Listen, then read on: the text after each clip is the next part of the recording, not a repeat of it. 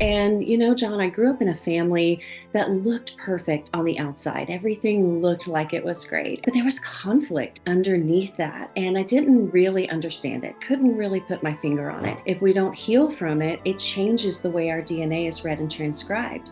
But the hope in that is healing is also passed on. It was a feeling of not being enough. And he said, honey, this is what our kids are seeing every day. They're seeing you mourn over the life that you will never have, while the real life that you can have is passing you by. Dr. Jessica Peck, welcome to Live Inspired with John O'Leary.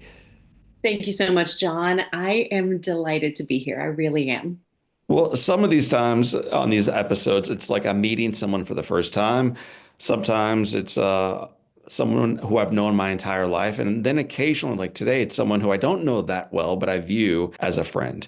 I've read your book. I've listened to your podcast. I've listened to your radio show. I've been interviewed on your radio show by you. And so as I sit across from you today and look into your eyes, man, I see a friend. So thank you for that. If you had to introduce yourself to our audience, and the question was, Jessica, tell me about you. How would you even answer that today? That's a hard question. Really, it is, because I feel like I've lived a lot of life in my lifetime. But I would say I'm a girl from Texas. I'm a mom of four. I'm married to a rocket scientist who thinks it's really funny that people think I'm the smart one in the relationship. I am a Christ follower. I'm a nurse. I'm a nurse practitioner. And I'm on a mission to prescribe hope for healthy families. That's really me in a nutshell.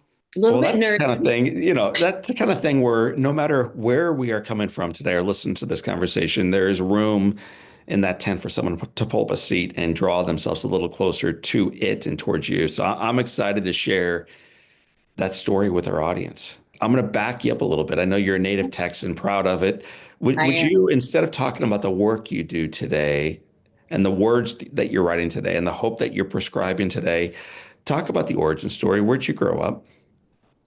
It's funny when people look online, you might see my accomplishments or what I've been able to accomplish today. But you're right, John, that is not how I started. I was a very timid girl. I was a shy girl. Grew up here in Houston, the oldest of five. And if you can imagine, in the 80s, like a pastel sweater vest and, a really obnoxiously ruffled blouse and somebody who had their nose in a book all the time with really thick Coke bottle glasses, that would be me. My friends, my pejorative in high school was most likely to be a grandmother, by the time she was 18, because I was already studying to do that. I like to cook, I like to sew, I was very domestic, and I was very timid. And, John, I grew up in a family that looked perfect on the outside. Everything looked like it was great. And everybody kind of wanted to be in my family.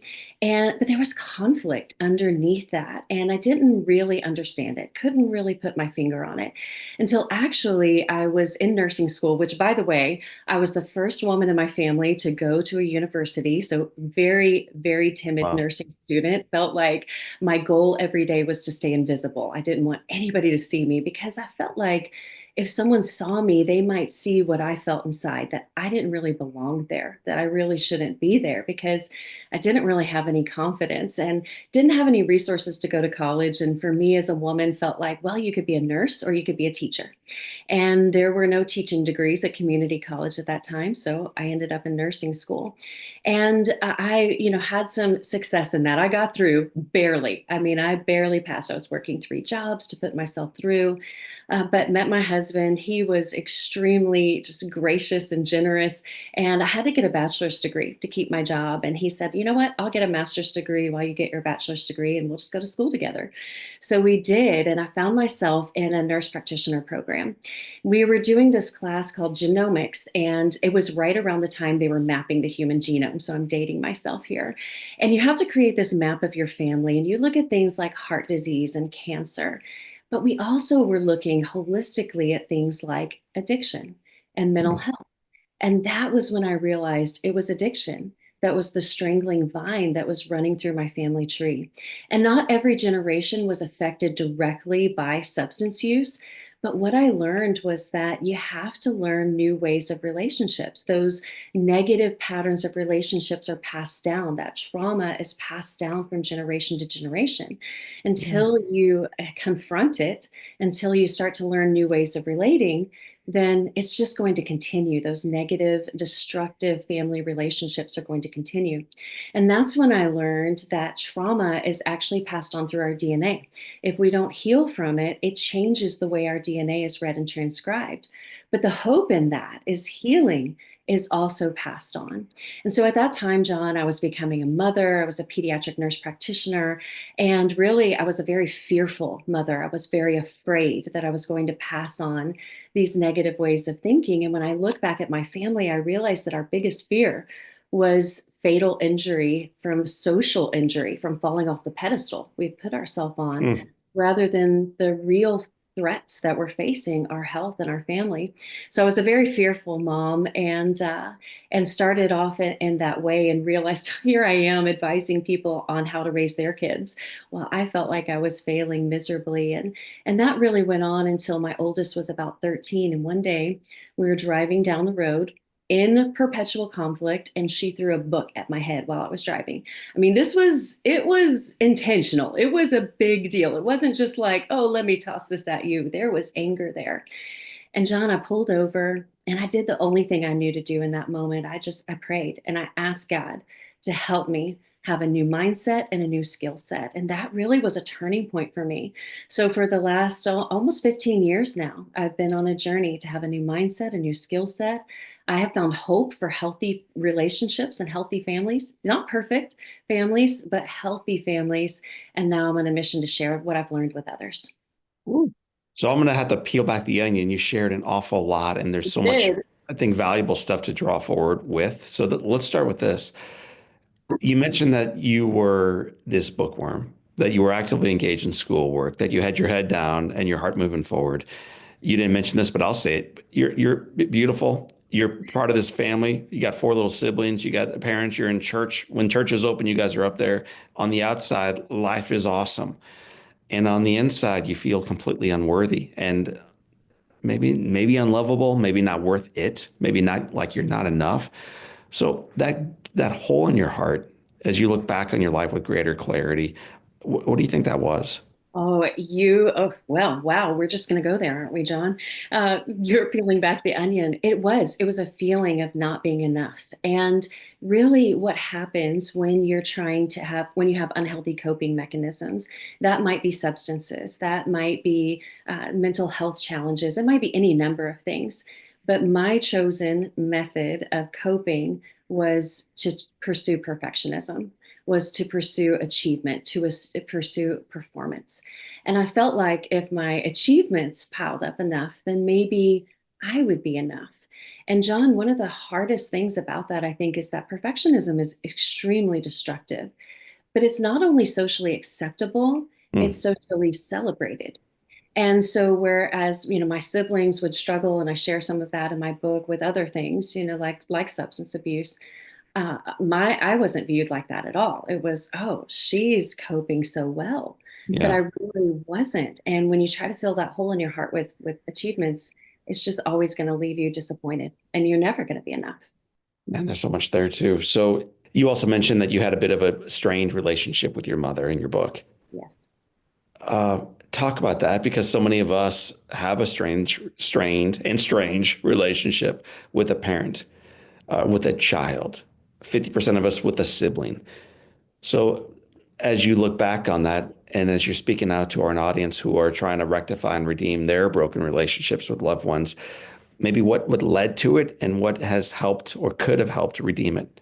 Oh, that's a tough one to answer. And I think you're right, John. There's really very few people who can't identify with the pain of a broken relationship. I often encounter people on the street or people in the grocery store line who will share this pain that we've had together. And I look back on it, and it's hard because to really heal, you have to face the truth of what happened to you. And a lot of times what happened to you is not your fault, but your healing journey is your responsibility. And I think back to one time in particular when my children were young and when I was dealing with those strained relationships. And usually what happens is you're in a perpetual state of conflict. I'm sure a lot of your listeners will be able to relate to this. You're constantly having these strained conversations. There's triangulation. You're talking to somebody else to try to resolve the pain, you're having with a third party. And one day I was having one of those conversations on the phone and I was crying. I was very upset. And my husband came out, and this was before smartphones. So he went and got our digital camera, which was pretty big and obnoxious. And I was sitting on the recliner, and he came and he took a photo of me in that moment. I mean, I was just like, snot pouring down my face. Like, it was not attractive. And honestly, John, I felt very betrayed. I was angry. And I said, "What are you doing? Why would you do that?" And he was so loving, John. And he turned that camera around. I saw that horrible picture of myself. And he said, "Honey, this is what our kids are seeing every day. They're seeing you mourn over the life that you will never have, while the real life that you can have is passing you by." And I realized in that moment I was going to have to give up some things. It was okay to set some healthy boundaries in that relationship. And one of the things that really helped me was my faith in a verse from Psalm 84:11. The Lord God is a sun and a shield. He gives grace and glory. No good thing does he withhold from those who walk uprightly. And I thought, well, this is a good thing. I want reconciliation. How can you not give this to me? And I realized that God saw that as a good thing in my life. I needed some space, and He was a sun to light my path in that healing journey. He was a shield to protect me from some of the relationship patterns that I needed distance from. And he gave me grace and glory. And when you look at the origin of that word glory, it's doxa, which is comes from doxology. It's the physical weight of God's presence. It's like a comfort blanket. Right. I realized that that was a good thing. And so I embraced that as part of my journey and still pray for reconciliation. I do. Thank you for just going there. I know it's not what you kind of signed up for when you stepped up into the podcast today and onto the show, but it's something that so many of us deal with. And the more we can talk about it, the more we can, first of all, recognize that we're not alone, and secondly, recognize there's a reason for hope.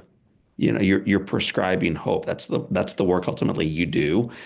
Uh, and so as we go farther through your story, this little girl who struggled and wrestled with perfectionism finds herself being the very first in her family to go on to university, which is remarkable. Uh, Tell me about your husband, this brilliant guy. But before you fell in love with his mind, you fell in love with the guy. So what was it that you saw in him that you recognized, man, this guy's awesome? Well, I actually, before I met my husband, I tended to, my type was an artistic kind of moody type. And then I meet this hockey player from Jersey, Italian, fiery, he loves to cook, which is great, but also brilliant. He is a real life rocket scientist. When I met him, I'll tell you a quick story on our first date. He came and we were set up on a blind date by a mutual friend. And I went out with him and we were sitting across the table. And all of a sudden, I realized he doesn't have any front teeth. And I'm thinking, did he have front teeth when he picked me up? Like, would I have noticed this? Like, and I'm having this inner dialogue, and I finally said, "Hey, I just want to make sure everything's okay. Is your mouth okay?" And he goes, "Oh yeah, my teeth are in my napkin." Hockey player. That's how it was. But he's goofy. He is funny. He's silly. He doesn't take himself too seriously. And John, I think that's why God put us together, because here is a girl, very serious. Everything is very serious. And he was adventure and he was fun and he was a doorway to that. And I know that God put us together in that way. And he really has showed me unconditional love. I would be nowhere without him, absolutely nowhere without him. And what we've gotten really good at in our marriage, we've married 27 years now. We're just two people who have gotten really good at forgiving each other. We recognize the baggage that each of us brings into our marriage. And I recognize sometimes I can be annoyed with him for being silly in circumstances I think shouldn't be. He can be annoyed with me for being uptight in circumstances where I shouldn't be. But we just recognize that about each other. Have four kids who we're crazy in love with. I mean, we have a very happy family, John. When we walk into our home, it's a safe place. And on our first date, that's what we said. That's what our goal was. We wanted to have a home where kids felt safe and happy and loved, where we felt safe and happy and loved. And I think we've been really successful in that. We're going to spend the majority of the remainder of our time talking about kids and parenting and the world today that these little ones are moving into. But one more question about us adults listening to our conversation. You talked about, man, we've become so good at forgiving each other. which does not sound like the key to a healthy marriage. But if you really unpack it, it absolutely, to me at least, sounds like the critical one. So how do you do that? Because the little paper cuts burn. Like everything seems to sear, and when you get to the moment, it all just becomes so serious and weighty. So how do you, day in and day out, just practice this gift, this art of forgiveness? We honestly shouldn't have made it, John. If you look at just what we brought into the marriage, what we had both experienced, he came from an Italian expressive family who talks with their hands and conflict is on full stage. I came from a family who was very, I mean, really, the first time I met his dad, it was in a Christmas tree lot where he lost his mind because someone took the Christmas tree that he wanted. But that was just how they are, they just are Yes. very passionate. And me, I'm like, where is the passive aggressiveness? We talk about each other behind each other's back. How is this going to work? But I really think that we got plugged into a church. We walked with people who would speak truth in our lives, who we could go to in those moments where one of my nightmares is that those fights will be played out on a screen somewhere, and you'll see like we're real humans with real emotions, and we just learned to love each other. And there was one time in particular where we were arguing, and I was not at my best. I was not kind. And my husband just stopped and he looked at me and he said, "Oh, this is where you're feeling insecure. And I'm supposed to tell you I love you, even though you seem so unlovable." And, something in me broke in that moment, John, and we just recognized each other's weakness. And, another scripture that I think about a lot is from Ephesians 4 about do not let unwholesome talk come out of your mouth, but only what is helpful for building others up according to their needs. So we don't exploit each other's weaknesses. We meet each other at that point of need and Mm. help compensate for each other. We're a team. Our kids are so great at saying they're sorry. And it's just really not that hard to say, "I'm so sorry. Will you please forgive me?" It was hard in the beginning, but it's much Yes. easier now. Well, so once you get in the habit, it's so liberating and it's easy to get out of the habit. But when you're in the midst of the habit, when you're doing it right, what a gift. So I'm glad that most days you're able to open up and live into that gift with him. You've got the four kids in tow. You've also got a pretty heavy work schedule. I Nurse do. practitioner, pediatric. What led you into peds and why nurse practitioner? Oh, goodness, John. Okay. What led me into peds? I wish I could give you an inspiring answer, but I actually thought I wanted to do geriatrics when I started nursing. I'd been volunteering at a nursing home that felt comfortable. Long story somewhat short, on my first day of clinical, the nurses gave me an older lady to take care of nursing home. She probably weighed 75 pounds. Imagine this tiny little baby lady in a bed, really contractured, not much mobility. And I really thought I would give her the best day ever. And she woke up, we met eye contact, and she started screaming at me obscenities I didn't even know could be combined together. And she wanted me to take out her dentures. I thought surely anybody could do this. So I did put on gloves, went to take out her dentures. She bit me, did not let go. Nurses had to get tongue depressors to pry her jaws open. And they said, "What are you doing?" And I said, "I'm just trying to take out her dentures." I was crying. And they said, "She doesn't have dentures." And that hateful lady, she started to laugh and laugh and laugh. So, long story short, I ended up in pediatrics. I thought that's more my speed. I love kids. But having said that, I Their love bites aren't as strong. that's right, exactly. Their diapers are smaller, I mean, just all of these things, right, from nursing. But I am so inspired by kids. They're so much more honest than adults. They're more resilient than adults. They're braver than adults. And so that's how I really got into pediatrics and have done pediatrics my whole life as a nurse, as an advanced practice nurse, and now really as an advocate. I spend most of my time in policy and education and advocating for kids who've experienced trauma, primarily human trafficking. Hmm. One of your taglines is that you help families raise holistically healthy children. How do we begin to do that? Well, we look at people as people, body, mind, and spirit. So I care about my kids. I care about their physical health, but I also care about their emotional health, their mental health, their spiritual health, their psychological health. all of those planes of health. Those are so important. And sometimes I think, we can get skewed into looking at one plane of health. We look at academic health. We look at mental health. We want our kid to be the smartest, the well-behaved, the strongest, as an athlete. But we really have to look at our kids holistically as a person, body, mind, and spirit. And that's really important. There's a quote I wrote down. I think it came from your book. And so I'm going to give it to you word for word, and then you unpack it with me. Believe it or not, your kids want to talk to you about the social and health challenges they're facing. And then you ask the question to your reader and to us, but are you ready? Oh, absolutely. Are you ready? Because so often, that's one of the most common questions that I get from parents, John. How do I get my kids to talk to me? Because there are so many more options for communication, for sharing these days. When we were growing up, there weren't, our world was pretty small. When we grew up in a neighborhood, we had the school that was in our neighborhood. We may have gone to church in a neighborhood or been involved in sports in the neighborhood, and the people that we saw were the people that we saw. Maybe you called someone on a phone with a long curly cord, that didn't have call waiting, or those kinds of things. But now kids are in a world that's saturated by screens.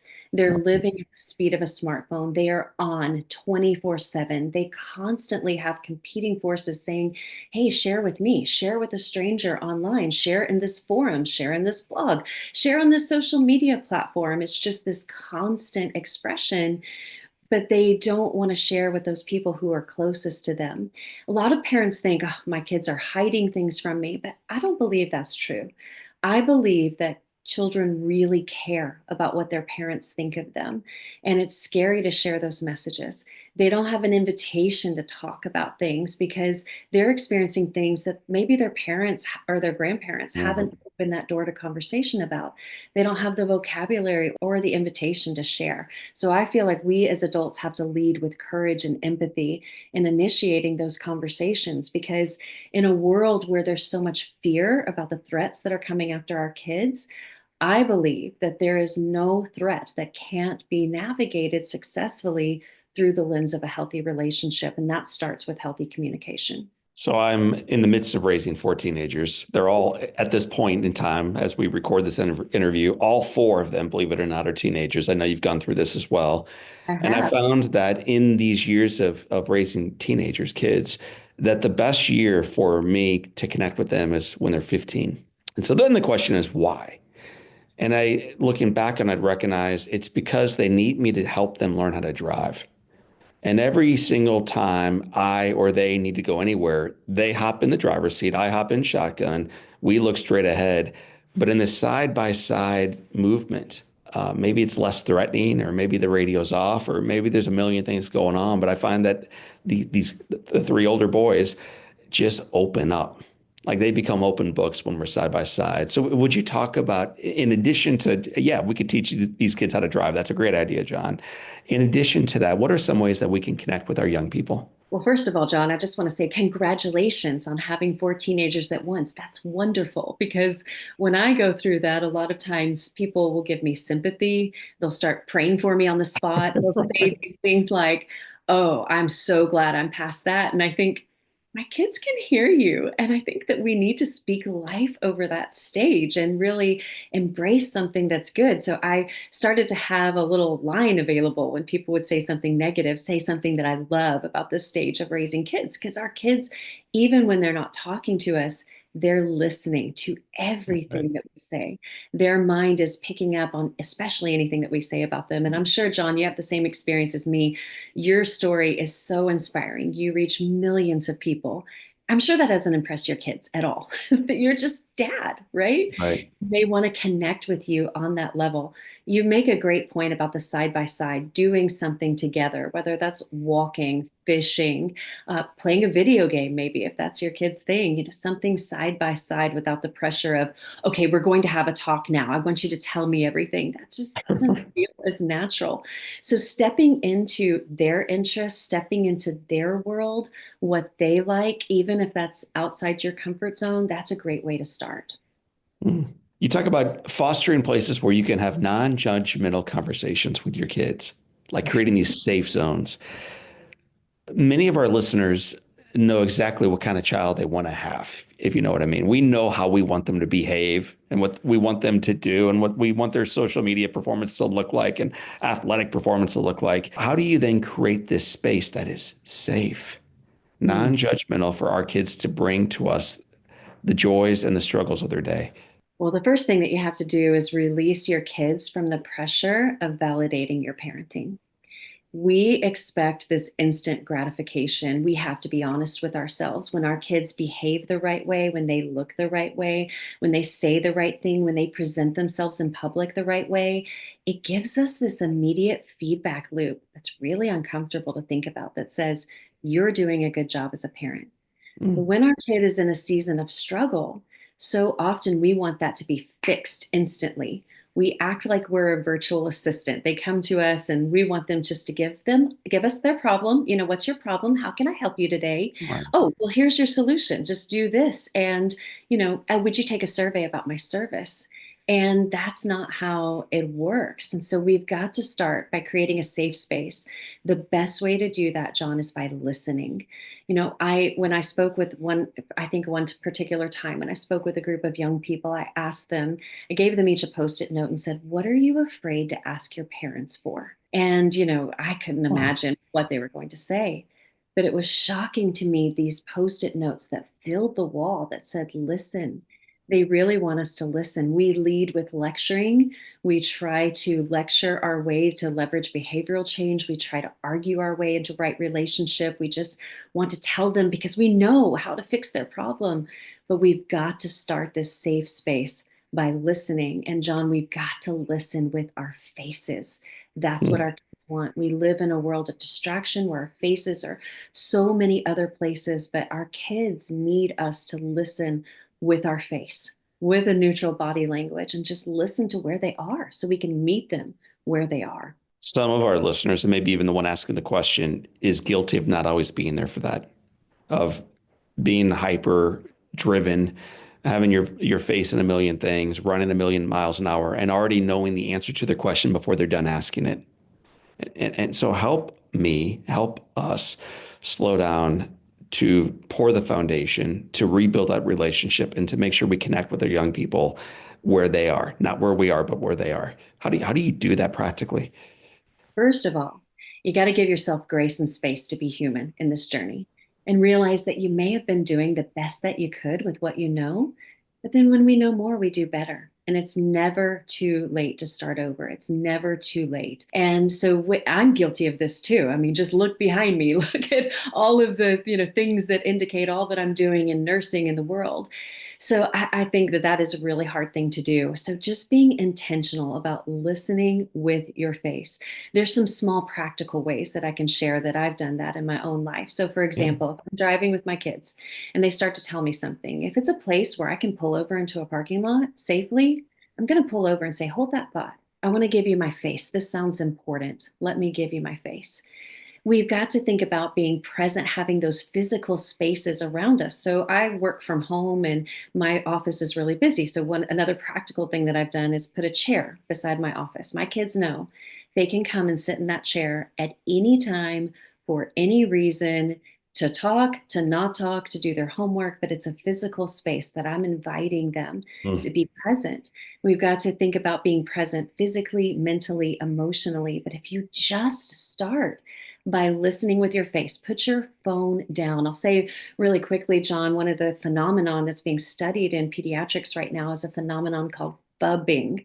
That's PHUBBING, phone snubbing, where we prefer our phone to interaction with the people who are with Yeah. us. And we know that when we make eye contact with someone for at least 20 seconds, their brain releases oxytocin, they feel bonded to us.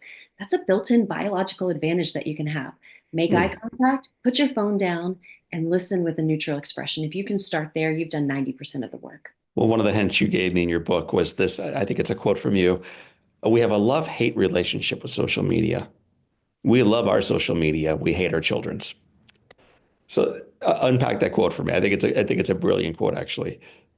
Well, thank you. That means a lot coming from you, John. Thank you so much because It's so true. We are so judgmental as a society, as parents, as grandparents about our kids' phone use. Get your face out of your phone. You're just on your phone. Get off your phone. Get off your phone. Get off your phone. And yet, you go to any kid's sports game, you go to a school event, you go to get your oil changed, and what are you going to see? The tops of adults' heads with their faces in their phone. But we justify ours pretty sanctimoniously. Oh, it's I'm doing work. Oh, I'm just talking to your grandmother or whatever it is, that we justify. But our kids don't see the difference in that.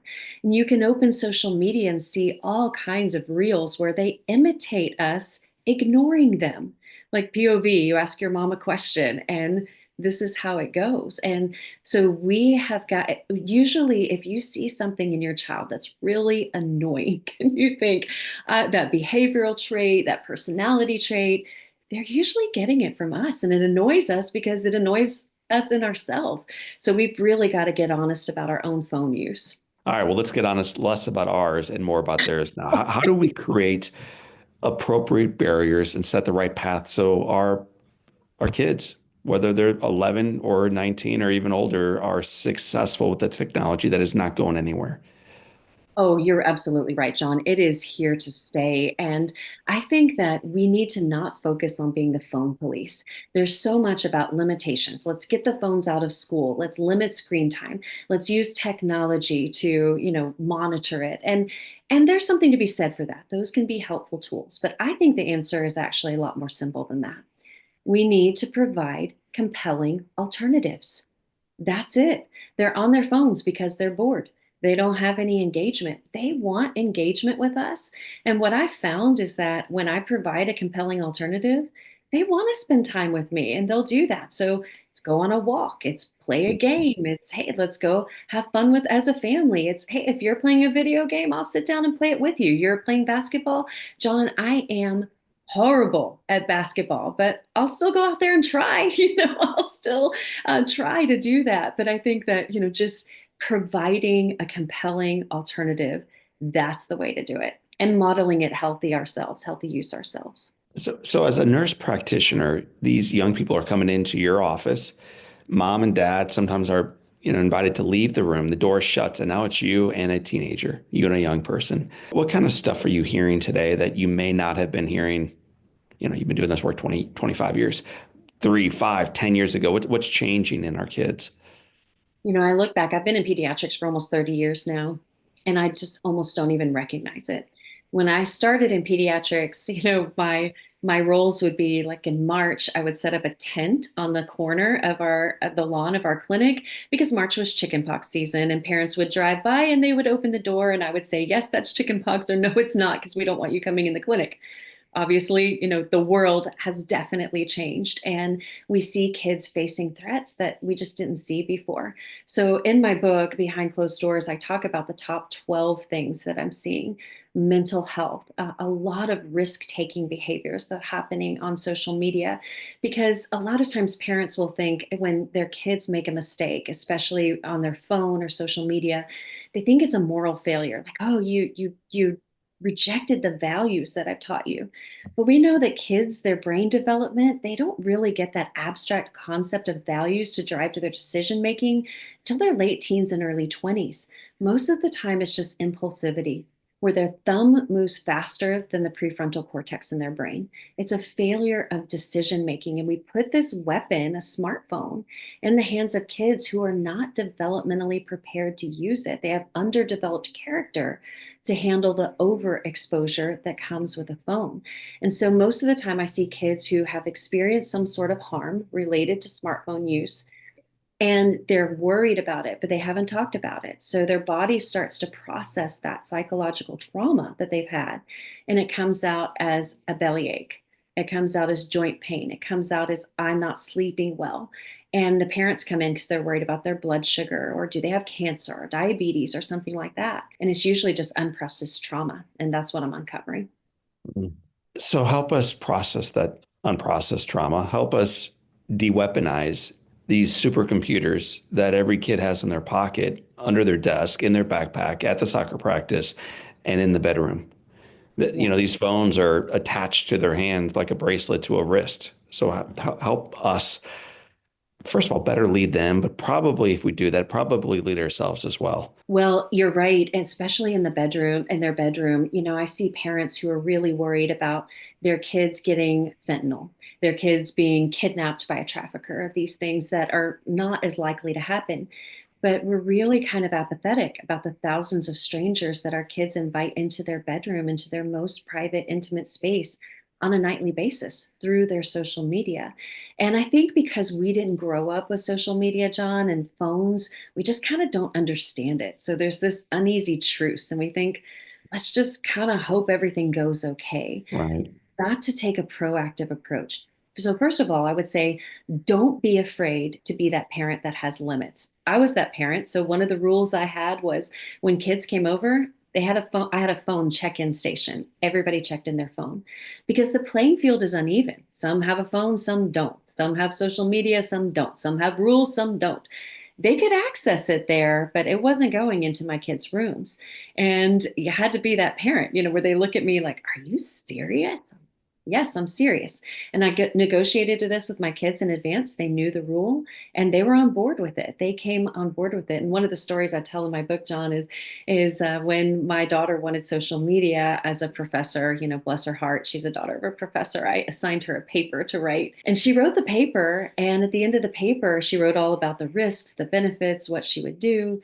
She wrote at the end of the paper, after doing this research, I realize I'm not ready for a phone. And I will decline it at this time. It was one of my proudest parenting moments ever, but most humbling. So first of all, don't be afraid to be that parent to have limits, to just say no. The second thing is engaging in relationship, knowing what's going on in their life, saying you can always talk to me about anything, having rhythms where you're having points of connection all the time. They have that open invitation to talk to you. If you can do those things, set healthy limits in the context of a relationship where you're routinely connecting, that is going to go a really long way. One of the other quotes I wrote down, and I have a list of about 40 in front of me, but here comes the next one. We won't have time for all of them, but this one I think should move us to really sit up and take notes.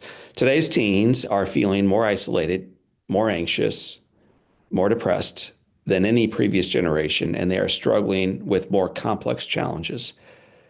So if that is, first of all, is that true? And then secondly, what do we do about it? It's absolutely true. The things that they are processing and think about are so much more complex. Like I said, the world is a lot bigger. All of the bad news that happens in the world is delivered to them in an instant. And then if they click on one video because they're curious, all of a sudden the algorithm that social media platforms are employing psychologists to keep them on that platform, that's their sole job. That's not a fair fight. Then all of a sudden their worldview is changing, and that way that they're seeing the world is coming through the lens of what they're seeing on a screen. So yes, it's absolutely true. Yes, it's true. We have a crisis of mental health. Yes, it's true. We have a crisis of suicide. I see that almost every day in my practice. Yes, it's true. We have an epidemic of loneliness, but we know a lot about resilience, John. And I think if you want to know a case study in resilience, that would be you, and seeing hope and resilience from an unbelievable tragedy and going on to find hope and health in that. Mm. We know that the number one predictor of resilience is meaningful connection through a healthy relationship to adult in their life. And no matter if your kid's a toddler, a teen, or grown up, we have the amazing privilege as parents to choose for that person to be us, to be that safe space in an unsafe world. And that's where we're going to find hope. I have a friend who is a college professor.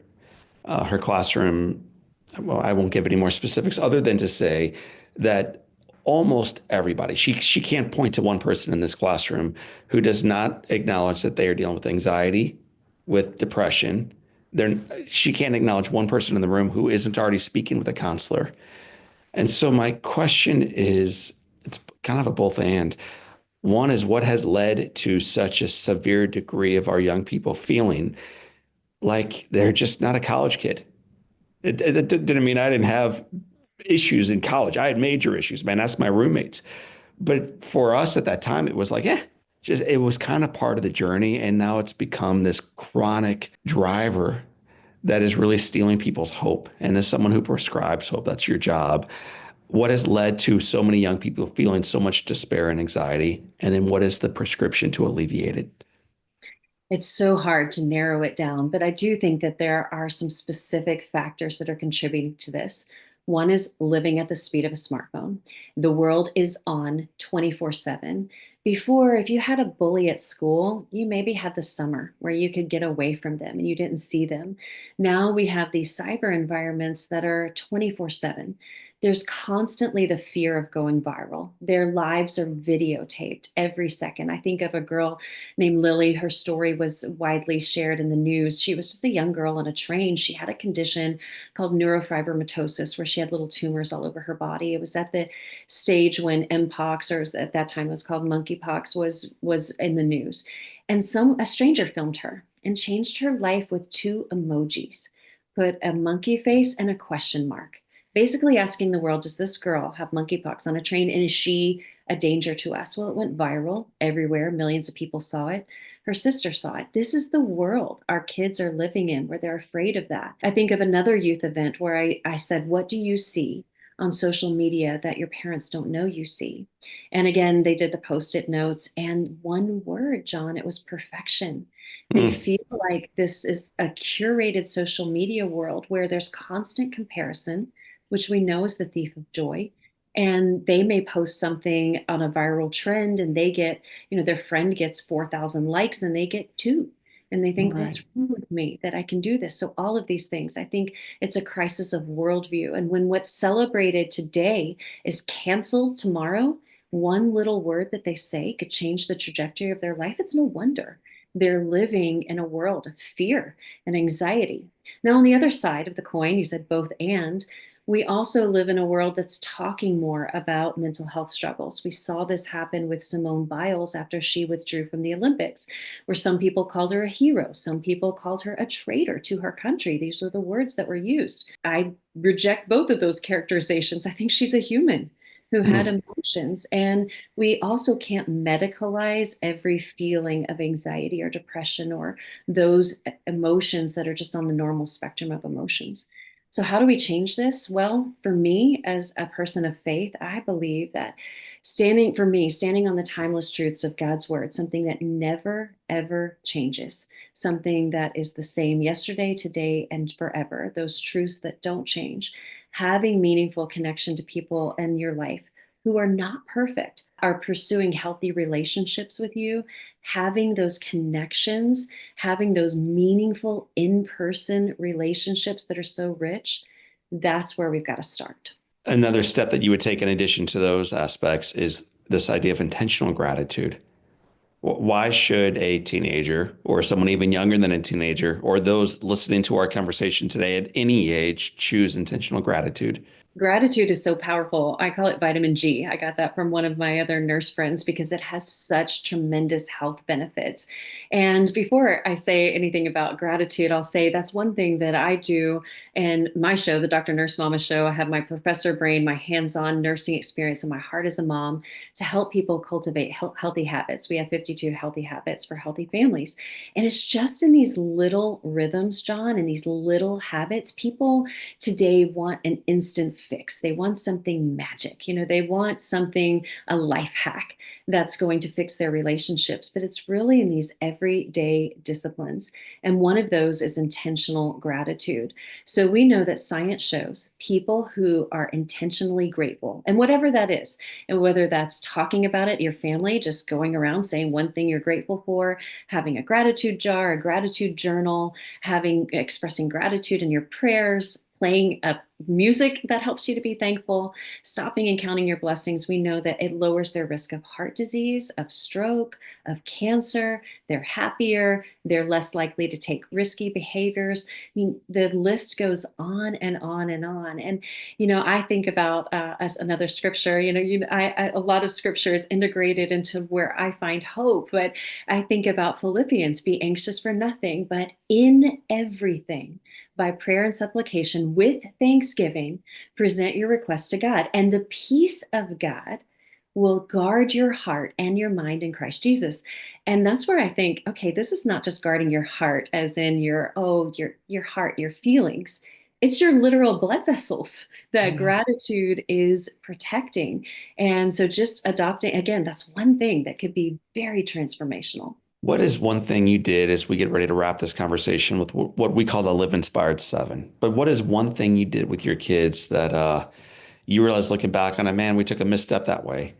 But then what is the best decision you made raising these four young people to become people of influence, people of impact, people of gratitude, people of faithfulness and service to others? So what was a misstep you took with your little ones? Because I think that's going to help us connect with you. The woman had a book thrown at her head when your 13-year-old was behind you. I think these stories actually connect. And then give us the final bit of advice on what that thing is you did with your kids that, man, yeah, we would do that again.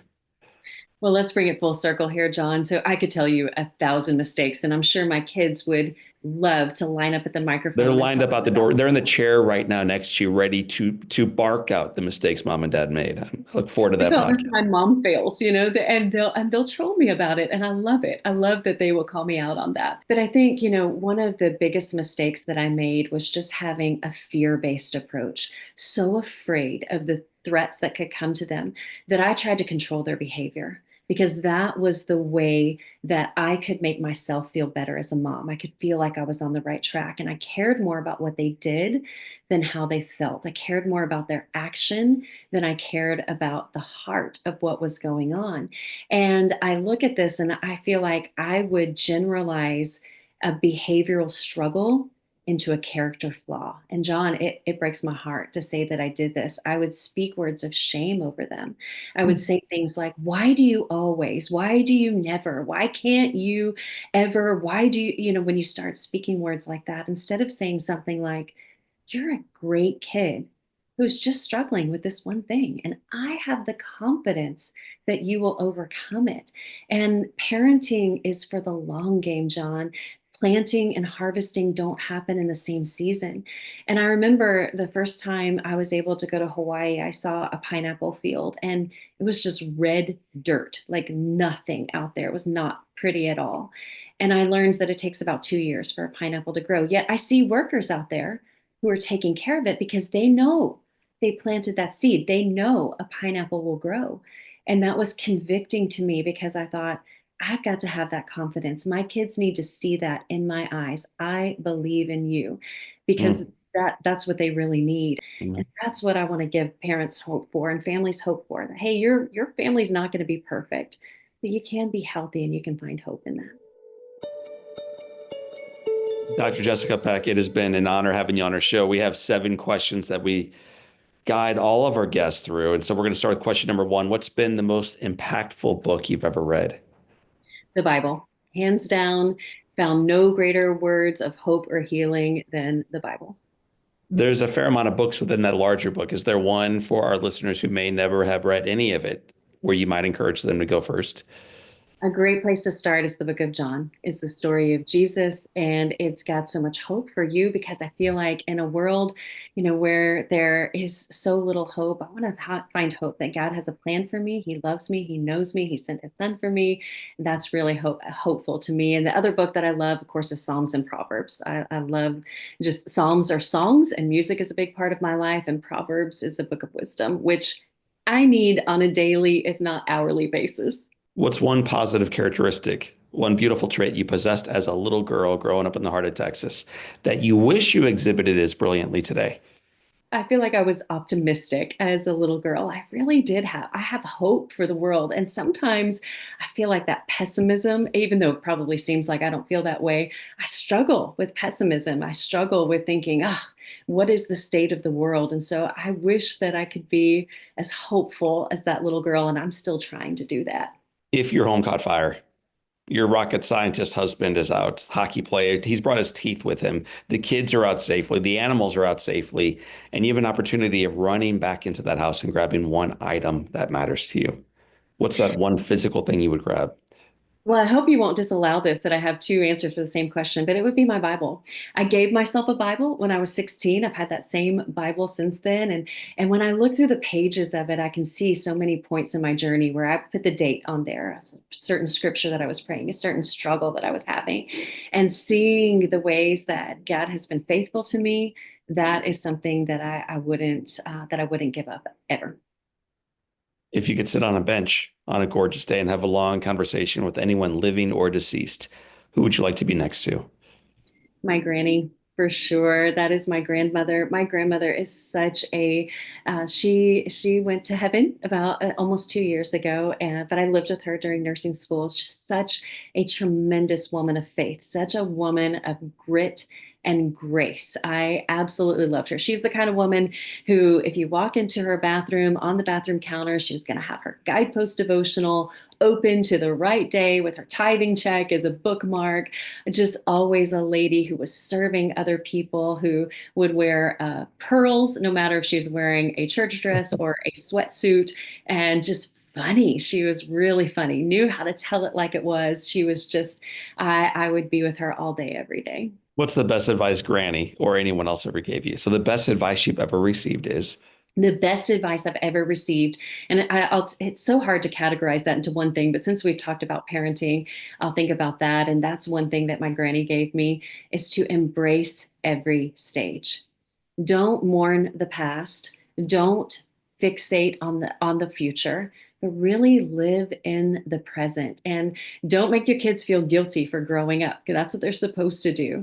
But really live in the present. And that's something my husband has been very good about. He tells me all the time, carpe diem, because I always think I tend to fixate on the past and think, oh, well, this happened and how's this affecting this or in the future? But it's carpe diem. Just embrace the stage that you're in. Just, it's not about the destination, it's about the journey. if you could go back in time just a couple of years to when you were 20 and whisper a little bit of wisdom her way, what would you say? Oh, I look back at that girl and I would just tell her to hold on, that the best is yet to come, not to lose hope, not to be discouraged, not to give up. When I would go to her when she's looking for change in the cushions of her car to get enough gas money to go to school, and when she's looking to see, did I pass pediatrics? Oh my goodness, barely, barely you did. I would tell her, Gross anatomy. hold Yes. on, honey. Yeah, hold on. Better things are yet to come. Dr. Jessica Peck, it has been said that all great people can have their lives summed up in one sentence. How would you like yours to read? I hope that people would say that she was a faithful woman. You'll find her singing in heaven one day, and that she prescribed hope for healthy families. Well, Jessica, thank you for being a faithful, fun-loving, joyous individual. Thank you for prescribing hope into a marketplace longing for it. And thank you for partying with us on the Live Inspired podcast. It's been awesome. Thank you so much, John. Thank you for all that you do to serve your listeners.